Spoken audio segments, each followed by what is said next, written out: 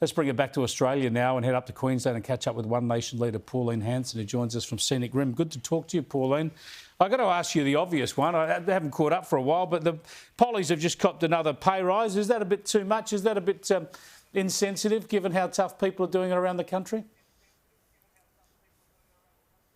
Well, Chris, my understanding is 2.4 million welfare recipients also receiving that pay rise. Also, people on tax benefits A and B are receiving that pay rise. So, and there's been other pay rises right across the board for other people, low-income workers, so everyone's received a pay rise. So, I'm not going to comment on it other than that. And, it's just all of those. We do. So anyway, it's just all those middle-income people who aren't on welfare who cop it. Hopefully, they'll get a pay rise as well.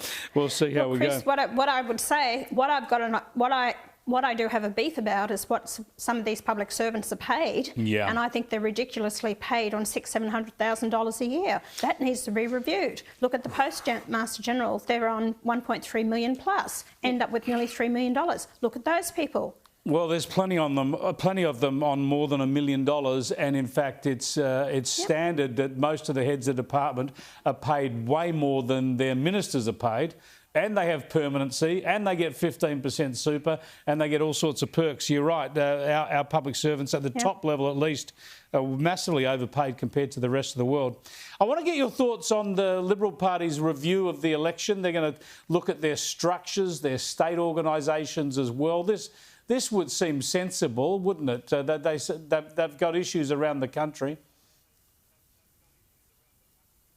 They have got issues around the country. We hear it constantly with that, whatever state it is, whether it's Victoria, New South Wales, even in Tasmania, all across the country. So they're doing a review.